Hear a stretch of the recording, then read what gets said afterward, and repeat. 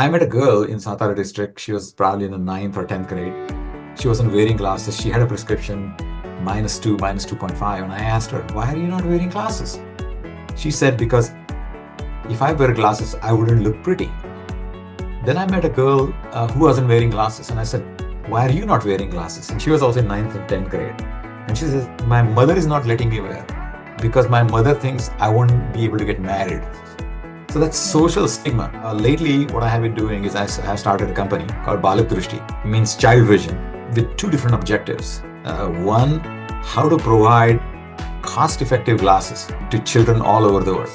There are 950 million people and 239 million children who cannot afford a basic pair of glasses. 480 lakh children in India cannot even see the blackboard.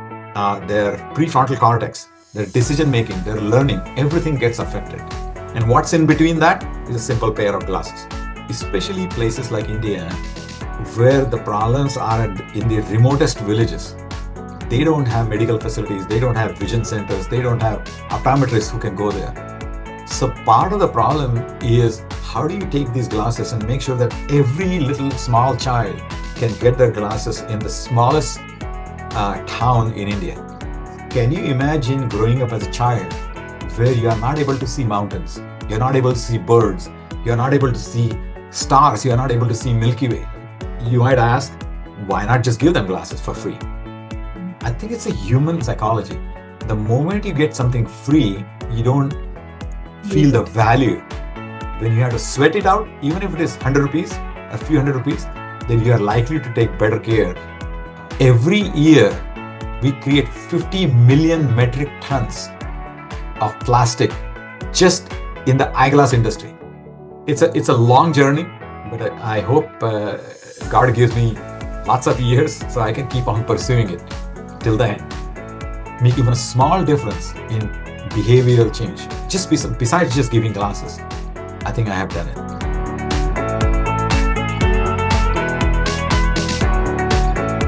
Welcome to WhatsApp Pro.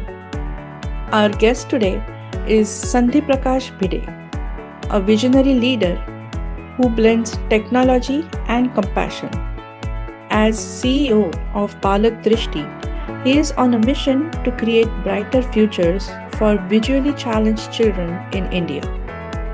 He is also an investor, advisor, and a driving force behind several innovative ventures.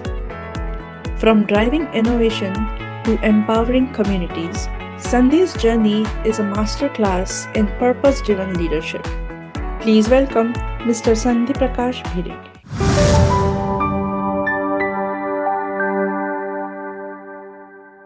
Welcome to WhatsApp Pro, Mr. Sandhi. How are you doing today? Doing very good. It is a pleasant morning here in Oregon, sunny and bright. It's a pleasure to have you here, and I'm so excited to talk to you. So, Same here. To begin with, can you share your journey from your childhood? Yeah, I grew up in Pune all my formative years. Mostly what people go through, either modern or Bhavi schools. I was from modern high school, then went to Ferguson College, and then engineering college. And that led me to, and I did that in electronics and telecommunication. And then I worked for about 3 years or so in Pune and Mumbai. And then I had this desire to come to the US for further education. Unlike today, where now everything is available in India, in the time that I came here around early 80s, the only way to get higher education was to come to United States. So that's how I ended up here. And I went to school at the University of Wyoming in Laramie. And that was a big cultural shock. I mean, you can imagine coming from Pune and Mumbai with millions of people to a town called Laramie that had barely 25,000 people when the school was running, and about 5,000 other times. And Wow. there were more deers and antelopes than there were people in Laramie. But it was one of the finest time of my year because I ended up in a place that was rugged, beautiful. So those were one of my best formative years where I made a lot of friends, including some Indians as well as American. So it was a pretty interesting journey. Nice. So, can you walk us through your professional journey after that? Like you worked for so many years. I know it's a long, big experience, but if you Yeah. can walk us through. All along while I was even going to school, I was somewhat involved in businesses. My brother had a business making electrostatic precipitators, and I did some help there in early designs.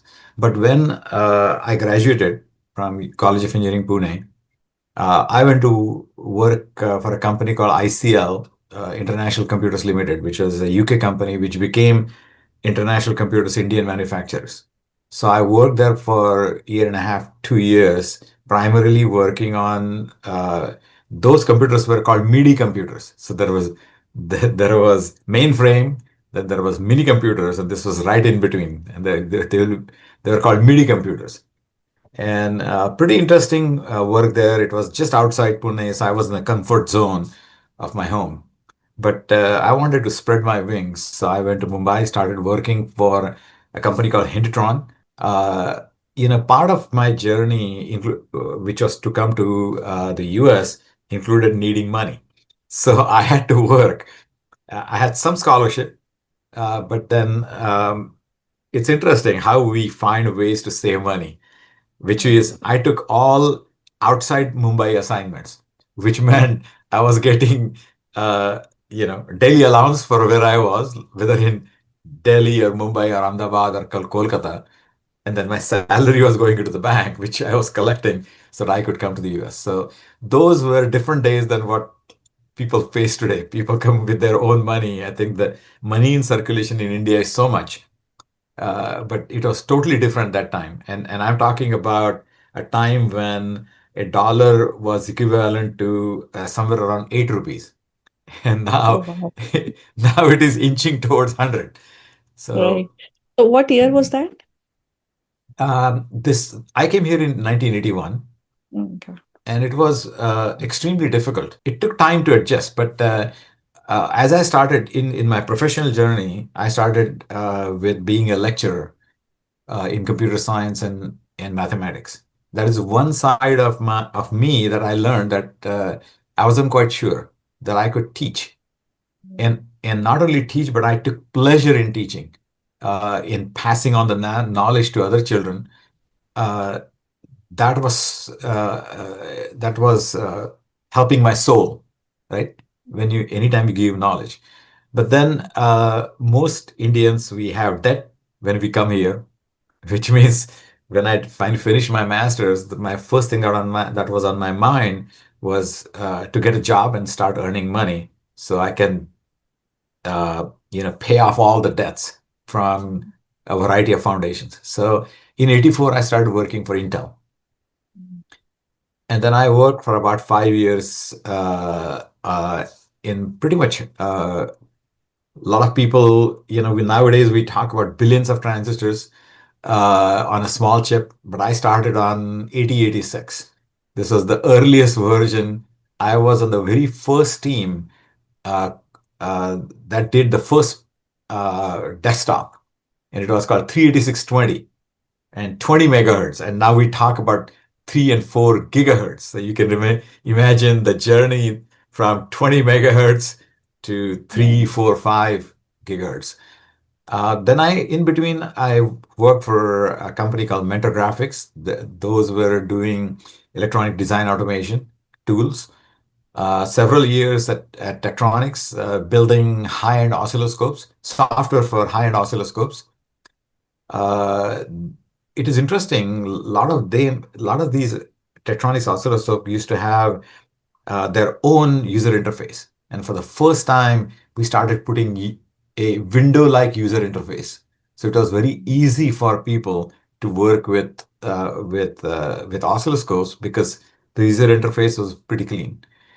At that time, I had a lot of ideas in my mind of innovations that were coming, and eventually, I found that was not the place for me. So I came back to Intel in '99, And so I have spent from 1999 to 2016 a pretty large number of years at Intel.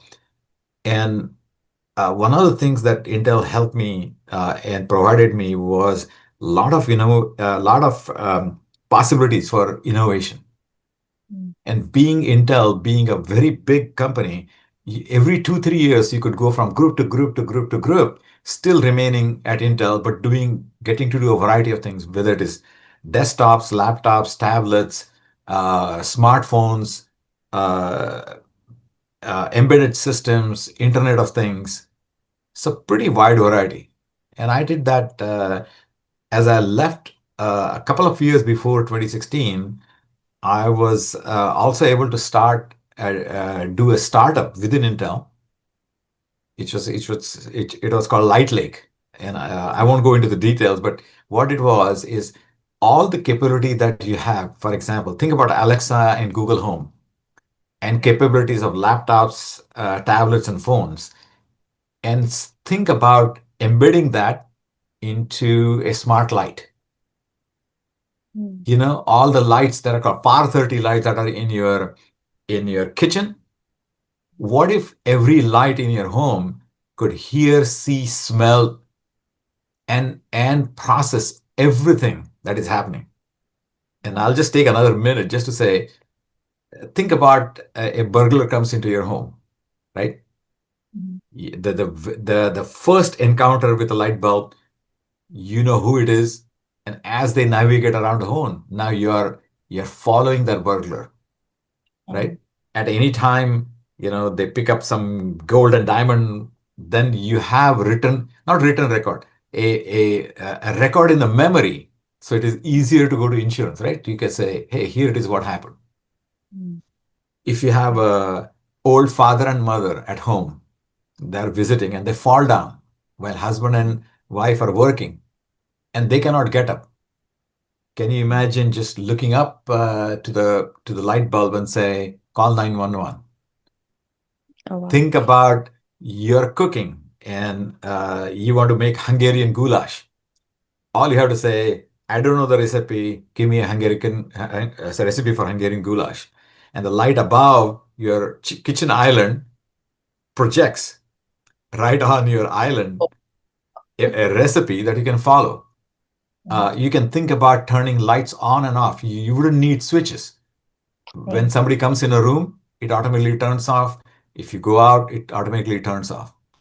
Mm. Think about the lights being able to sense the temperature and create individual air circulation within your room. I mean, you can think about thousands. And then 2016, I retired, but mind being still fertile, I'm still young. At least I'm young here. You can't help but the body from getting old. But so I did a startup Mm. within the first 2 years. It was called Fleet Nurse, Mhm. and I co-founded it with another gentleman. In short, what it's like Uber for nurses. So Mm. hospitals need nurses anytime, anywhere, any place of a certain type. So if you can imagine, let's say there is an accident on Highway I-5 and there is a pileup of 20 cars, right? Now a whole bunch of people are going to go into the hospital. Right. Where do you find nurses? Right. So what this did was hospital just to say, I need 5 nurses of this type at this hospital at this place. A query would come to us. We had a large database of credentialed nurses. So what it did was it looked at that and found out maybe 5 or 6 nurses that met that criteria. A push notification goes out, just like a notification goes out to a driver, right? Mhm. And the first nurse says, okay, I'm ready to take a shift. She just clicks and she Oh, gets wow. the shift. Wow. And so that went very well through COVID. And we are primarily focused in North, South Carolina, Texas, some of the southern states. Mm. As we progress past COVID, what happened was the gross margin started becoming less and less. So we split the company. Now we are focusing on the technology platform, and we are looking at licensing the services platform to somebody else. And you can imagine once you have a platform, and if you are catering nurses, now you can cater, flight attendants. You can Right. cater the same platform and use it for roofers. Right.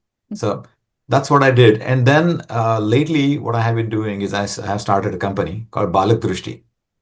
Mm. Uh, means child vision with two different objectives. One, how to provide cost-effective glasses to children all over the world.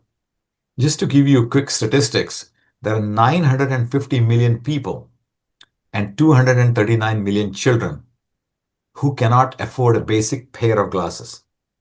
And Mm. in 2025, that's ridiculous. I mean, a simple pair of glasses, they should be able to get.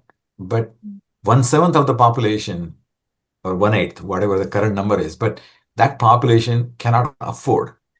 Now, Mm. I'm from India, and India is the most populous country in the world. So that number translates to 100 million people who are not able to see. Mm. And out of that, 48 million or 480 lakh children in India cannot even see the blackboard. By the way, these kids who are not able to see the blackboard, there is enough statistics to show that they lag behind the class 3 times. Their motor skills, their their prefrontal cortex, their decision making, their learning, everything gets affected. And what's in between that is a simple pair of glasses. Mm. You provide them that, and you're so this says not only related with uncorrected refractive error, or what I call URE, but it has an educational impact. Yeah. And especially for girls and women, it has, besides just getting educated, there is also it also connects them to dignity, having self-confidence, uh, and it's very important for that, especially for young girls as they grow up in India. So it has a cascading effect, Mm. starting with a simple pair of glasses. If I may add, you go to say start walking on Karve Road in Pune and start going to retail shops, you will find glasses that frames are 3 or 4 thousand rupees, lenses are 3 or 4 thousand rupees, so they are 7 8 thousand rupees. Mm. If you go to maybe Solapur or Sangli, a little outskirts small town, that price might come down, right? The interesting part of that is what I'm trying to do or would like to do. My vision is to bring that price between 500 to 1,000 rupees. Oh. So in dollars, it is $5 to $10. Now, these frames, I bought them at Costco. Costco is supposed to be the cheapest place. Yeah. Even there, they cost it somewhere between $250 to $300. Mm. Now you might say, Sandhi, hey, why do they cost so much? Because think about it. If you go to Costco, you'll find prices from about $200 to $600 and $700. And I look at that. I have a PC. I come from a technology world. Today, I can get a PC that has a microprocessor with 5 billion transistors, 1 terabyte disk, 4K screen, and still below $500. So the whole laptop is $500 with so much technology. And this is hardly any technology.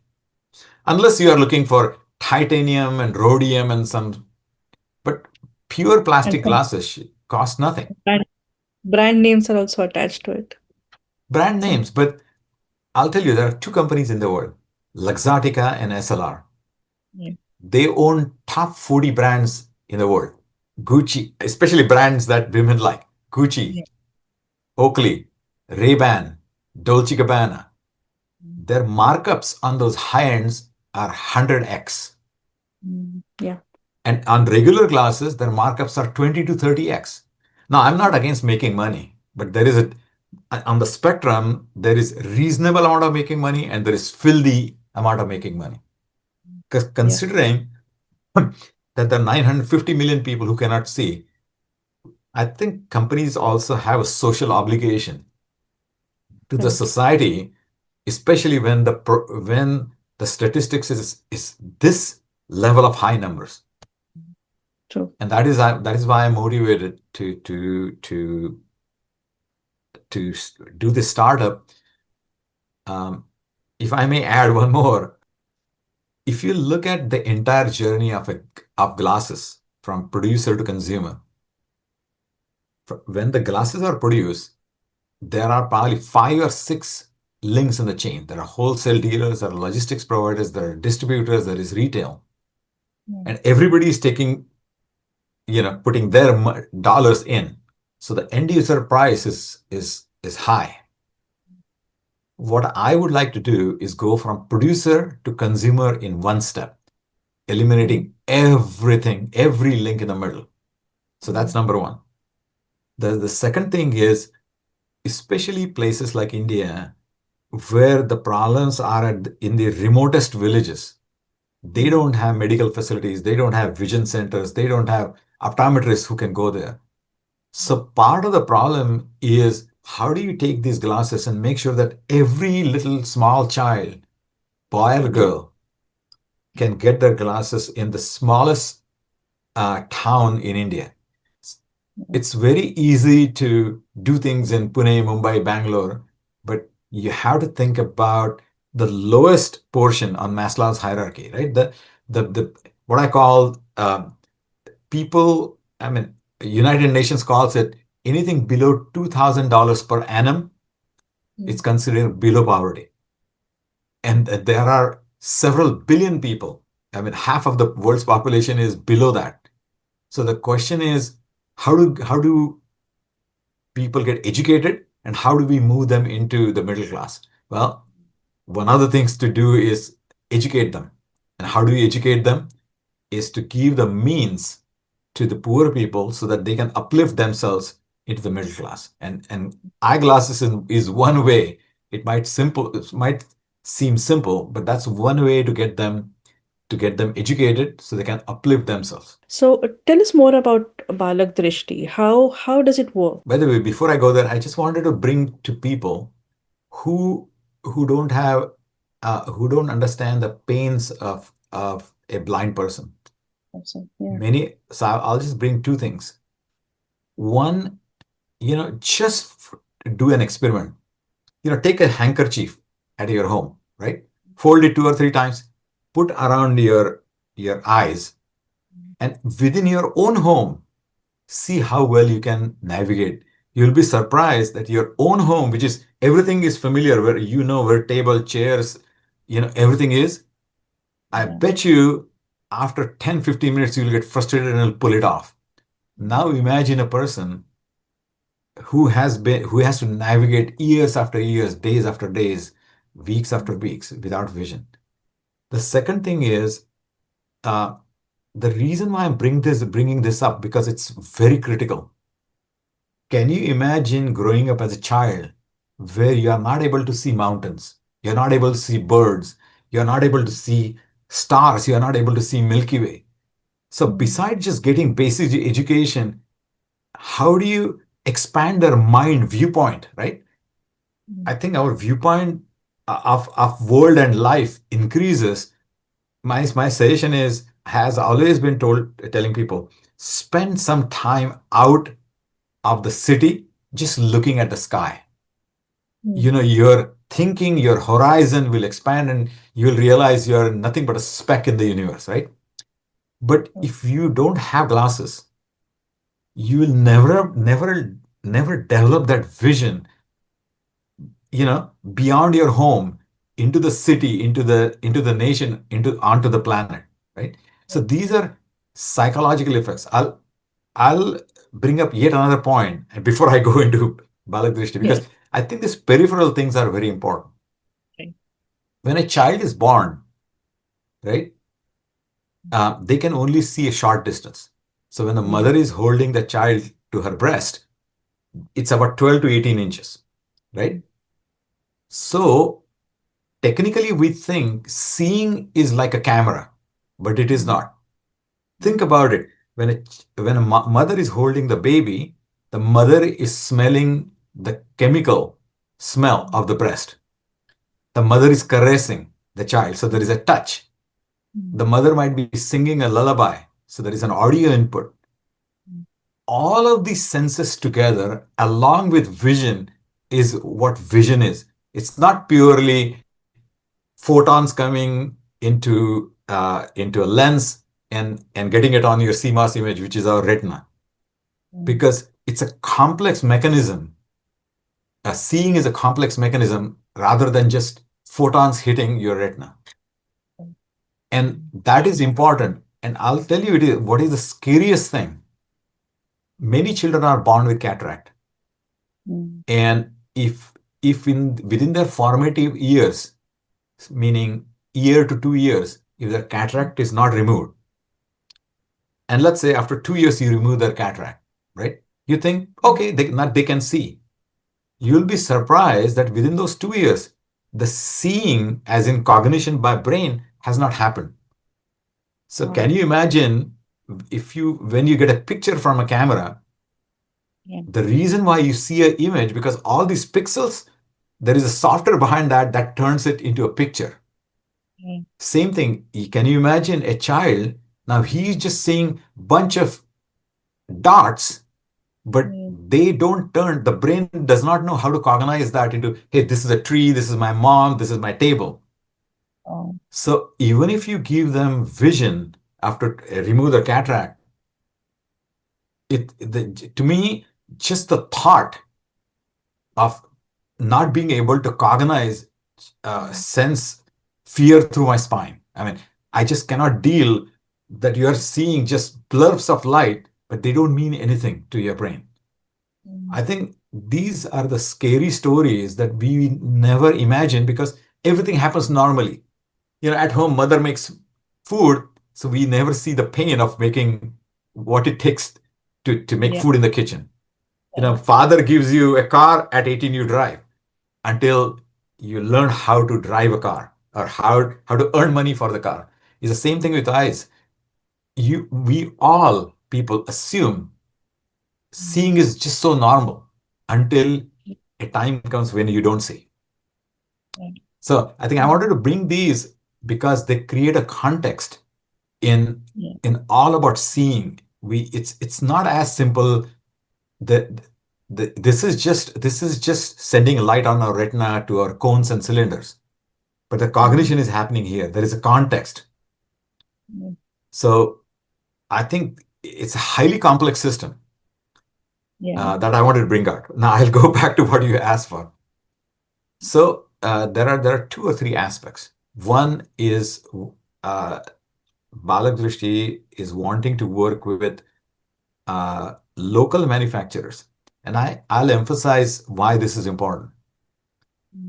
About 85% of our glasses are imported from China. It doesn't just jive with me that we bring 85% of the import from China.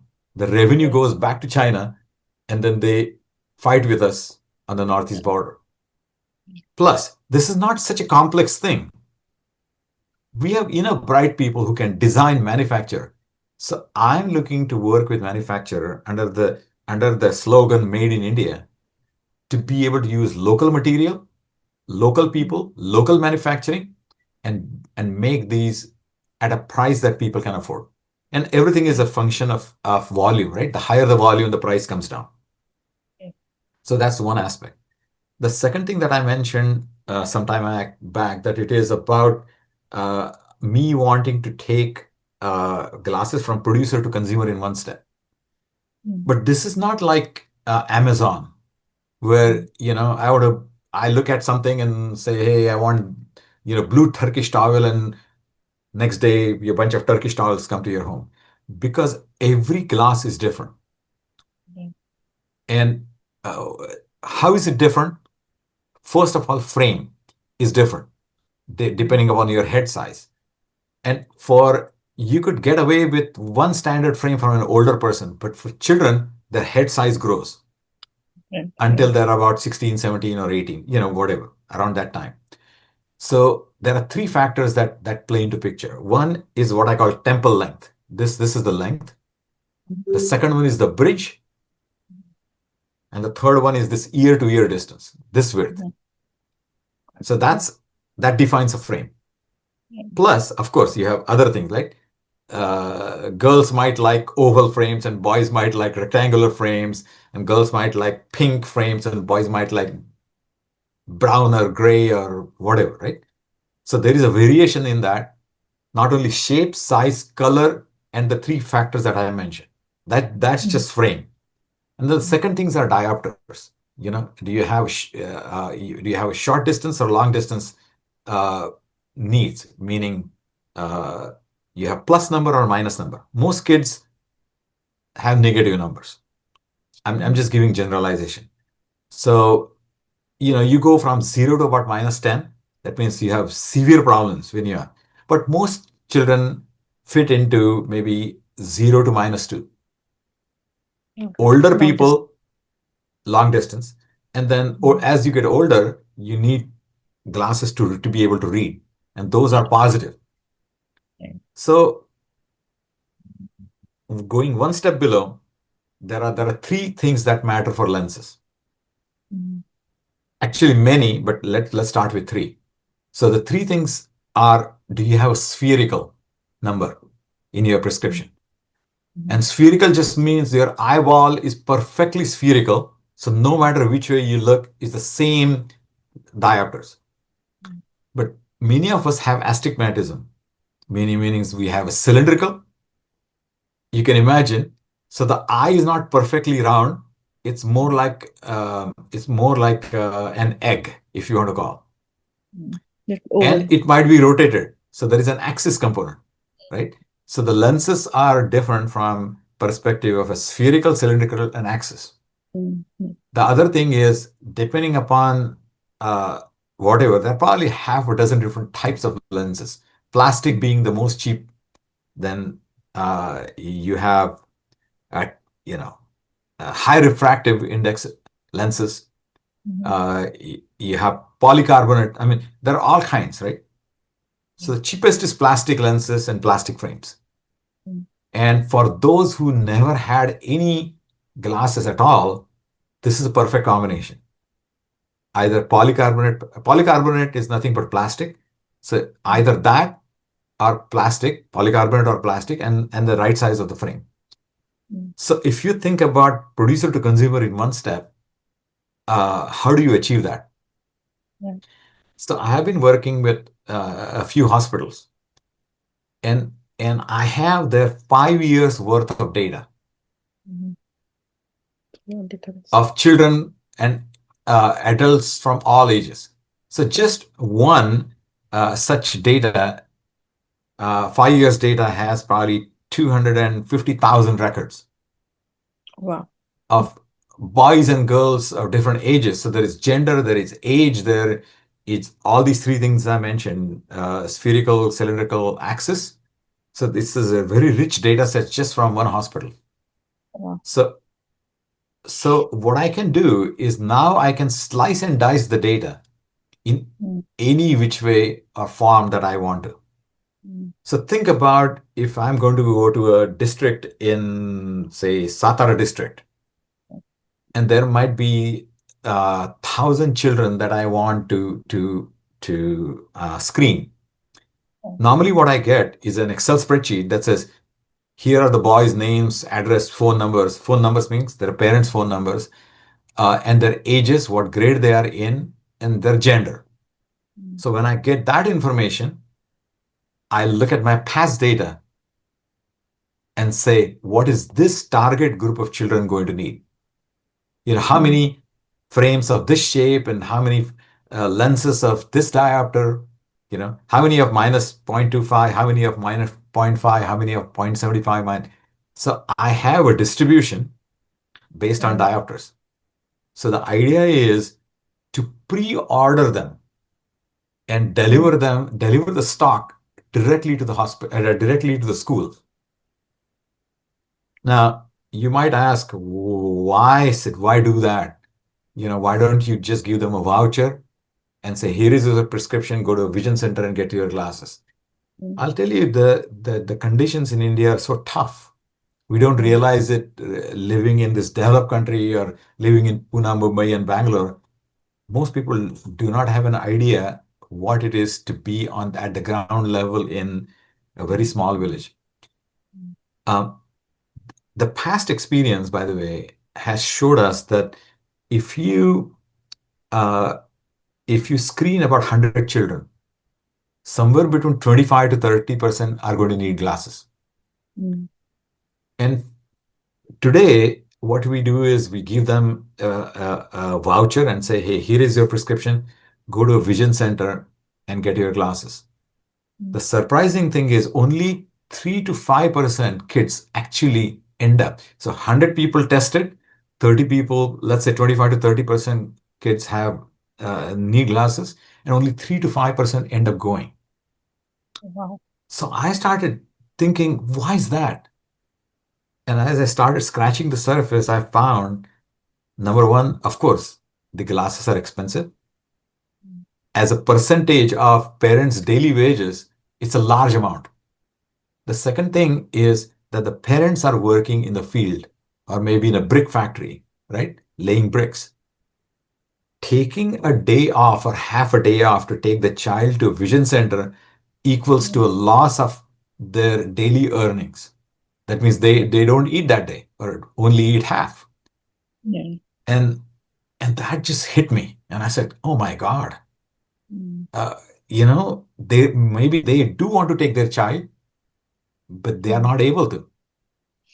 Uh, so one of the things that I decided for Balak Drishti was part of the reason why I wanted to deliver the stock right there and then in the school is you check them, you test them, and if they have a prescription that shows they need glasses, then you tell them sit on the bench and you ask them which of these frames do you like. They pick a frame, we snap in lenses, we fit them in, and they walk away. Oh, So wow. the idea is not letting them travel, just give them, the old say goes, right? If mountain cannot go to Muhammad, then Muhammad has to go to the mountain. So this is way the two interesting things in India again. I found in spite of all the poverty, internet is everywhere. Indian government has done a phenomenal job. You may not get the hi-fi speeds, but you Yeah. still get a connection. Yeah. Another interesting thing is, however poor villagers might be, at least one of the parents has a smartphone. Right. The third thing is digitization. Mm. I think everybody, you might have seen in India, you go and you want to buy cilantro, all you have to do is buy cilantro and they will give you a QR code and you Right. pay everything. Nobody exchanges money anymore. Yeah. So the idea was you give them glasses and and and by the way, all their earnings go directly to the bank nowadays. So Yeah. all you have to do is, hey, can you pay by using one of the digital applications, Yeah. Google Play or Paytm or whatever, right? So the interesting is the revenue realization happens right there and then. Mm. Now let's say the glasses cost 800 rupees, but you don't, and maybe they are so poor that they cannot afford Mm. that. So you ask them, how much can you pay per month? And if Mm. they say 100 rupees, then you put them on a microfinancing platform Mm. of 100 rupees per month. And you might ask, why not just give them glasses for free? Mm. I think it's a interesting human psychology. The moment you get something free, you don't Use feel the it. value. When you have to sweat it out, even if it is 100 rupees, a few hundred rupees, then you are likely to take better care of your glasses. The Right. other interesting thing is now we talked about, you were asking what Balak Drushti does. So there are two parts. One is just the physical aspect of giving them glasses, which I described. Mm. But there are so many other problems that are social problems, social stigma. I'll give you a couple of three examples. One is a horrible problem. A lot of these kids who see the world in a blurred fashion don't even know that there is real nature behind it until you put them pair of glasses and for the first time in their entire life they start seeing things clearly. So it's Right. just a question of, do I need glasses? Awareness is just not there because Mm. they think the blurred world is what the world is all about. The second example is I met a girl in Satara district. She was probably in the ninth or 10th grade. She wasn't wearing glasses. She had a prescription -2, -2.5. And I asked her, why are you not wearing glasses? She said, because if I wear glasses, I wouldn't look pretty. Mm. And I'm a man and I'm not a teenager. So I cannot feel what it is being a girl in teenager years. But I looked at that and I said, what does that have to do with looking pretty? Even if you don't look pretty, getting education is the most important thing. Yeah. And then I told her, oh, by the way, when you wear glasses, you look more intelligent. Mm. There is nothing you look even prettier with wearing glasses. So that's Yeah. social stigma. Then I met a girl who wasn't wearing glasses, and I said, "Why are you not wearing glasses?" And she was also in ninth and 10th grade, and she says, "My mother is not letting me wear." So I started asking, "Why is your mother not letting you wear?" She said, "Because my mother thinks I won't be able to get married." Wow. And I said, "Oh my God!" I said, forget about getting married right now. Wear glasses, get educated, get your master's, get your bachelor's, be somebody.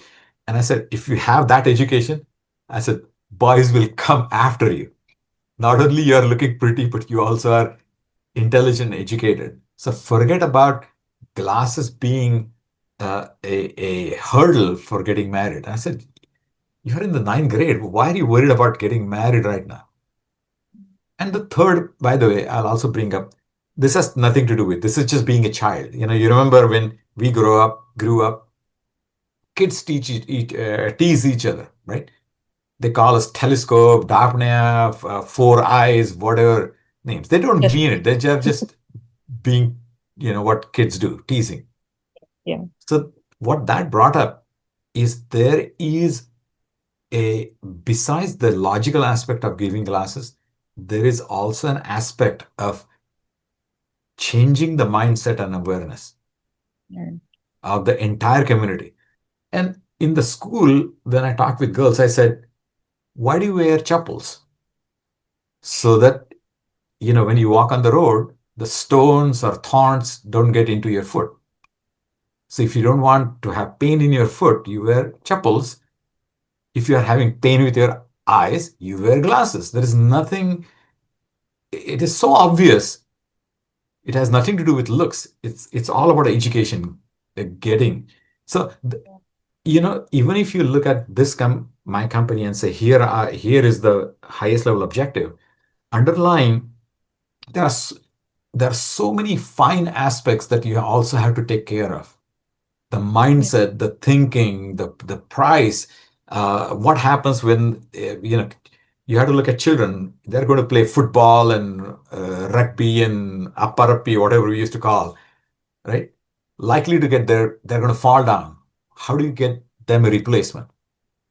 So one of the things that I, I'm envisioning, by the way, is to a world when a child is born, just like you get social security number or Aadhaar card, you get a unique ID the day you are born, and that unique ID stays with you until you die. And Mm. along with that unique ID, underneath that is all the medical information. Mm. So right now, I'm just looking at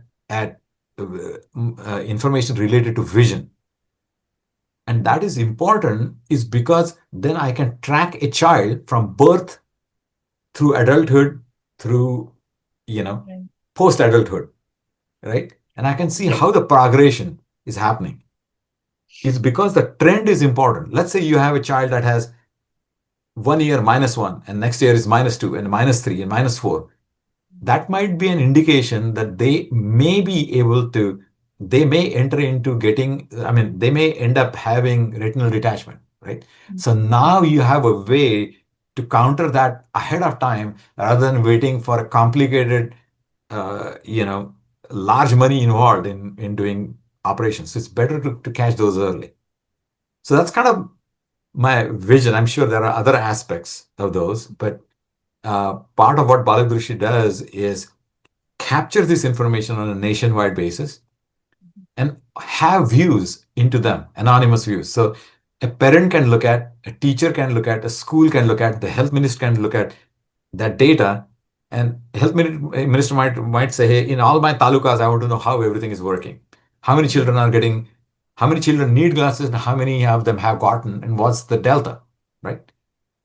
You want to be able to give that information as well. So you might look back and say, oh my God, Sandhi is trying to boil the ocean. But to be honest with you, it's like taking a rocket to the moon. Every part has to work for the rocket to launch successfully and go to the moon. Yeah. And in my view also, it might seem complicated. And I might do a phase one, phase two, phase three. That means do the most critical part first, then the second, then the third. But eventually, if you want to really have this this vision rocket to take off, all these parts will have to work together. So you have a team in India too, right? For Balak Drishti? I, How do you I manage have both of them? I have an office in India. I'm in between phases, so I'll tell you very exactly. I don't want to oversell myself. I'm still one person. I have a counterpart in India. I think what I had been doing in the fourth quarter of last year, I started working with the University of Portland and Okay. with a professor. And there are I think five or six undergraduate student groups and five and six graduate students. And I gave them this problem saying, here is a large data sets. How do you derive statistics? Can you put Mhm. can you put an artificial intelligence wrapper around it? Mhm. And so they did some preliminary work, and the results are very encouraging. Right. Encouraging means this is viable. This is not just theory in the ether, but this is likely to work now. So there is a lot more teeth into it. Mhm. So I'm at a stage where I'm talking to foundations. I'm talking to to angels, venture capitalists, and if there is anybody in your audience who cares about social issues, especially, I mean, think about it, right? If you have a broken leg, right? I wish nobody would have, but if somebody, they can still get educated, they can still sit in front of TV, they can still eat, they can still go on over a ramp into a church or a school. But think about eyes. 85% of our knowledge comes through eyes. You shut that off, you're severely you're severely handicapped. So that's one of the reasons why I'm focusing on that particular one.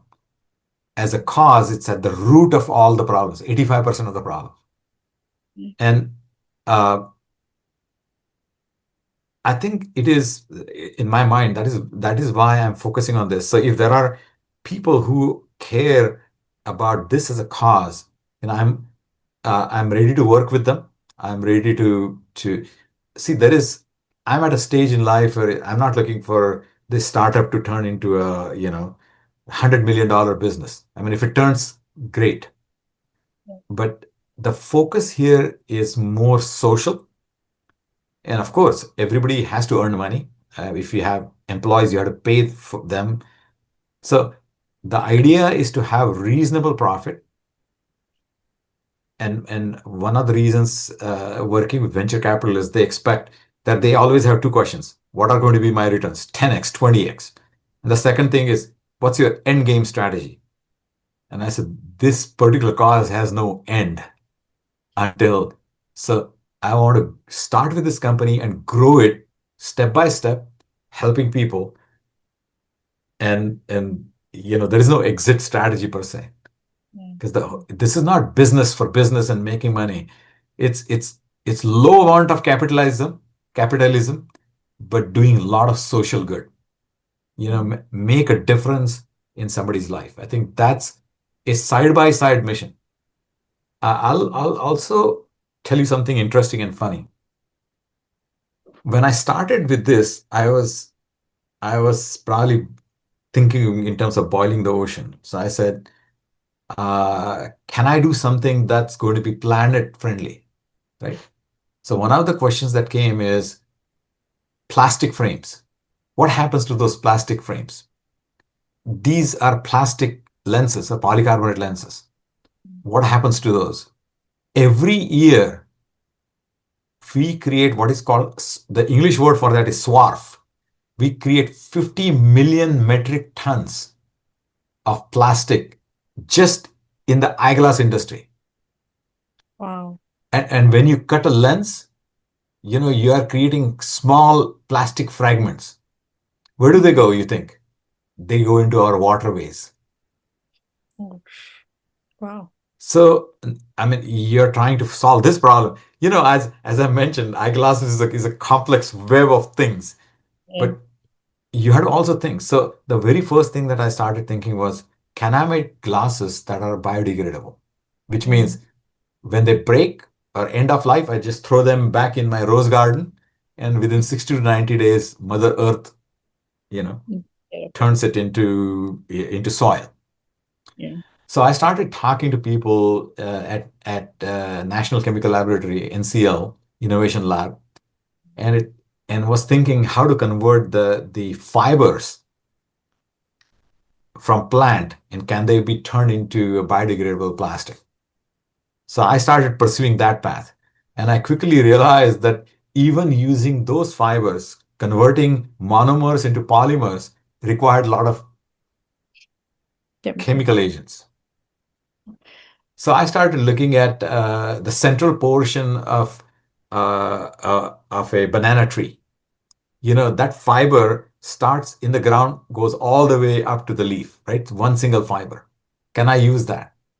Mm. And I found companies in India that are making glasses out of jute, and Mm. they're making glasses out of discarded jeans.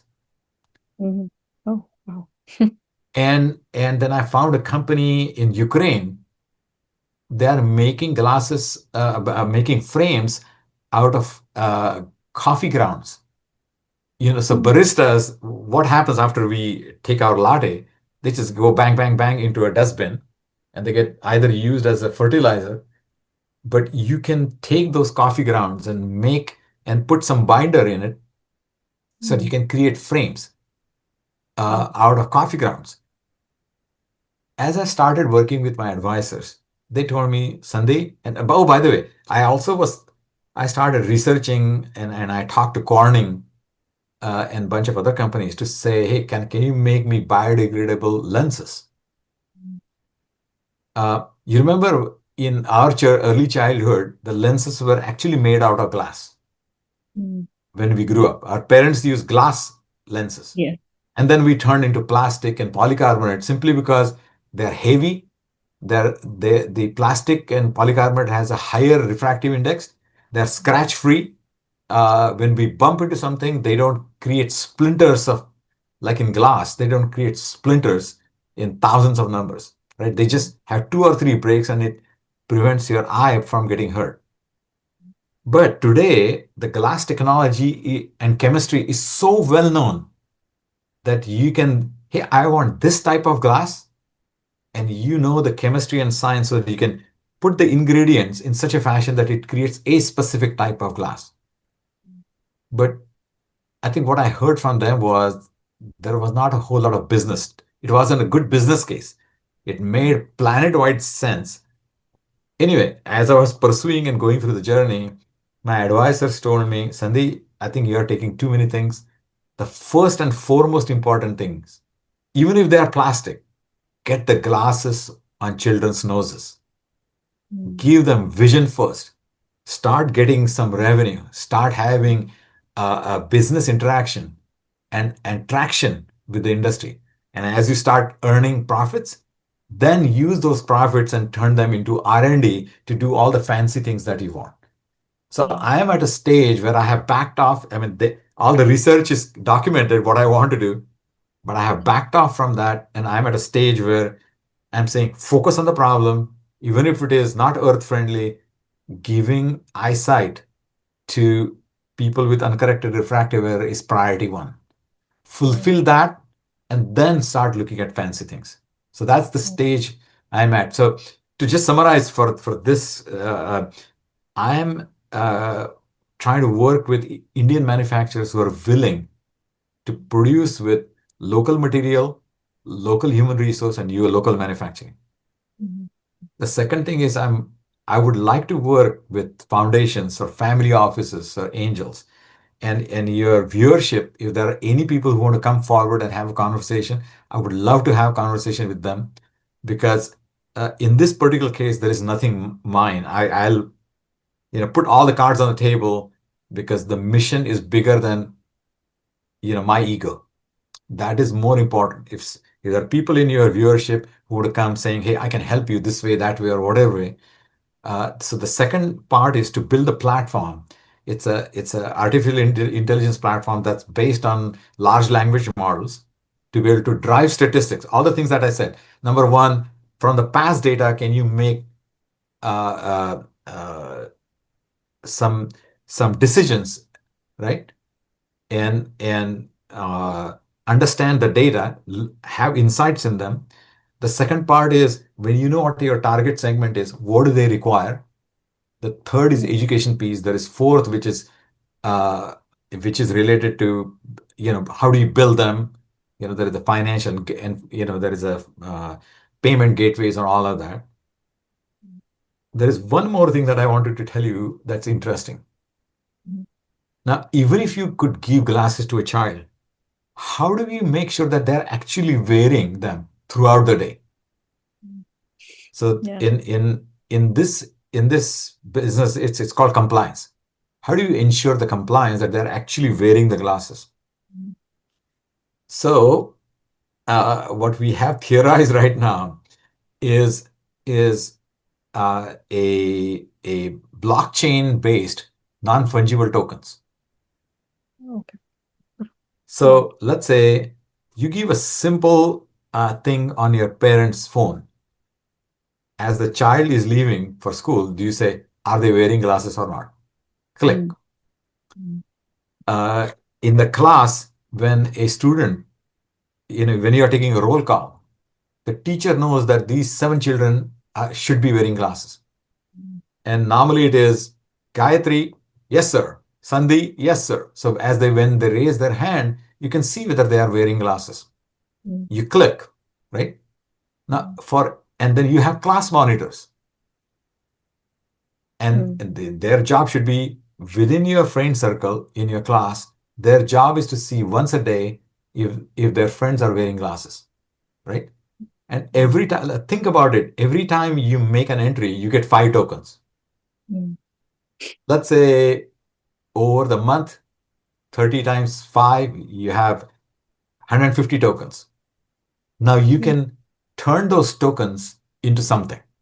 You get 150 tokens, you get a Cadbury chocolate, or you Yeah. get pencils or pens or notebooks or whatever, right? Mm. Now there is an incentive that you create for all the ecosystem players to focus on that child, right? The child is in the center, the parents are looking at that, the class monitor is looking at that, the headmaster is looking at that, the teacher is looking at that. And for doing that extra, going for an extra mile to make the clicks, you make it worthwhile for them. Right. Right. And then, which would Now, lead yeah, at the that, end, sorry. sorry to cut you off. That made me think my little one, who's like 5 years old now, he has glasses, but he never wears it. So I like this idea of token and giving him some incentive. So I may use it now at home That's too. very nice. And eventually, every year we have annual social gathering, right? At that time, you bring the top people and felicitate them, saying, it's like just like you get grades, you get a social grade, saying, Mm. here are the 5 people, here are the top teachers. You give them flower bouquet or something, right? It's all part of playing in a positive sense, focusing on their psychology, enabling them, and putting this bug in the brain that they want themselves to do this, right? And they get a little bit of token in incentivizing this. So I think again, it might sound like I'm boiling the ocean, but every part, from rockets to telemetry to electronics to fuel to everything has to work. All the systems have to work for the rocket to take off. And it's analogous that you have to do all those things. It's a long journey, but I hope God gives me lots of years so I can keep on pursuing it till the end. Yes, of course. So, And by the way, that is, as I mentioned, this is not my journey. It's a collective journey. So I hope our conversation touches a few people. right. And of course, funds, you always need funds, but that's not the point. Even if even if the help comes in terms of, hey, I know somebody, I know this health minister in Maharashtra, or I know this organization then that can help you, or it comes in all forms. It comes in terms of connections, or I can help you develop the software. I don't have any ownership. This is for a common good. Right, right. And I'll put your contact information in the description. So anybody want to like contact you directly, they can do contact you. Yeah, and just have a plain conversation. I like to talk. I like to tell stories, and I like to hear stories. Just like you mentioned, hey, my young child does not wear glasses, and even if that information alone can make a dent, Yeah. I think I have made it. Even if I can make even a small difference in behavioral change, just besides just giving glasses, I think I have done it. And by the way, why I ended up on glasses is I looked at the entire list of eye problems, right? Mm. At the very top, if you look at it as a pyramid, at the very top, there are complicated problems, right? Like retinal detachment is complicated. Reason why I call it complicated, it is because it requires anesthesia, and it's a 2, 3, 4 hour operation, right? Mm. And that requires a lot of money, and it should be attended. Yeah. If you look at the second tier, there are operations like cataract. They're still complicated because my definition of complicated is if you have to give anesthesia, that it makes it complicated, right? Yeah. But that's a middle of the road problem. You go in the morning, you get your cataract removed, you get patched up, and doctor lets you go home the same day. Yeah. But the bottom portion, the thing about that is it's not as sexy of a technology of retinal detachment or cataract that requires equipment, right?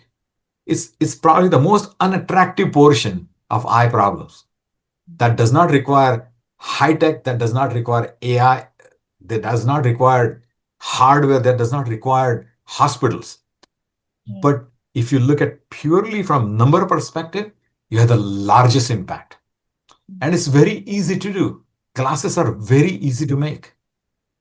Yeah. I think that's of all these problems, the reason why I chose. There is, by the way, I was also motivated by, you probably know this gentleman, professor called Professor C.K. Prahalad. Mm.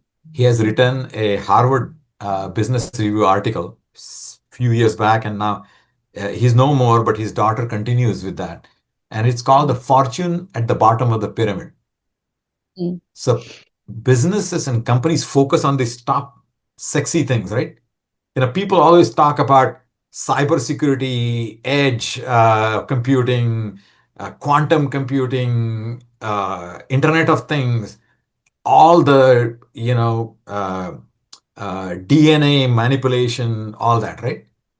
Of course, you need those, but that affects only a small portion of the population. Mm.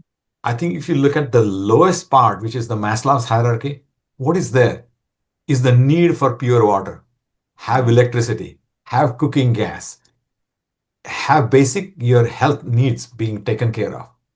Mm.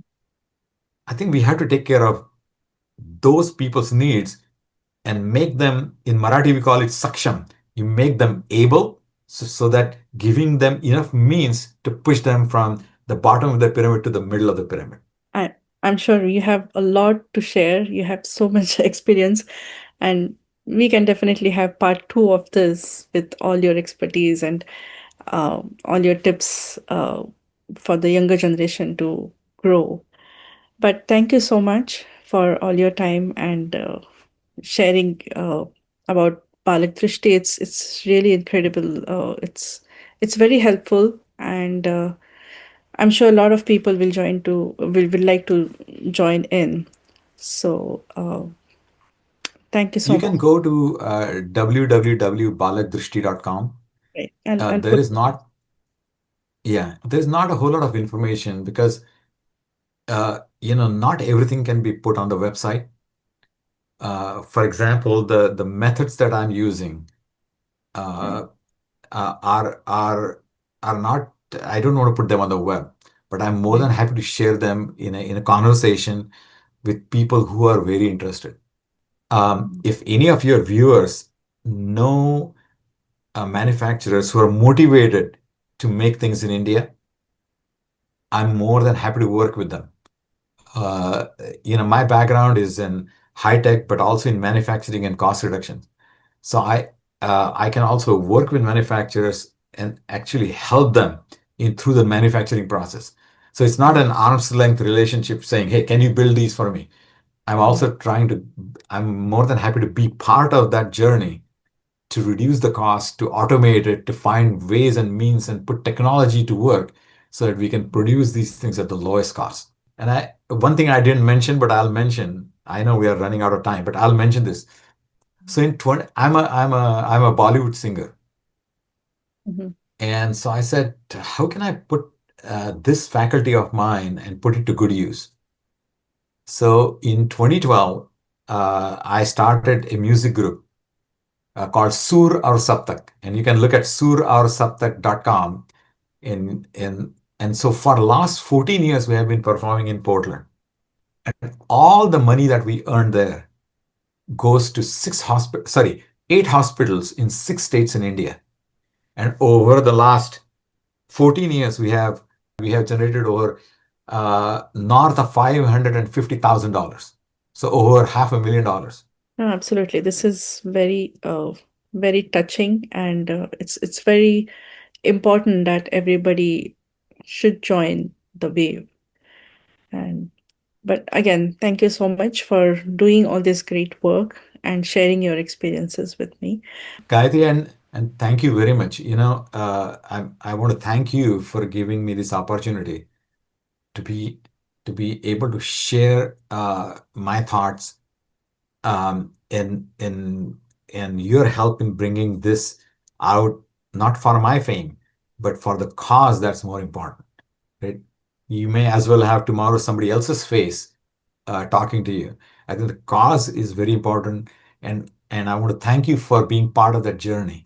Hearing me out, asking questions, and giving me the chance to share my thoughts and feelings and my journey with you. I feel fortunate that I have you to be able to talk to and express all of what I had to say. So thank you so very much. It means a lot to me, and I truly appreciate it.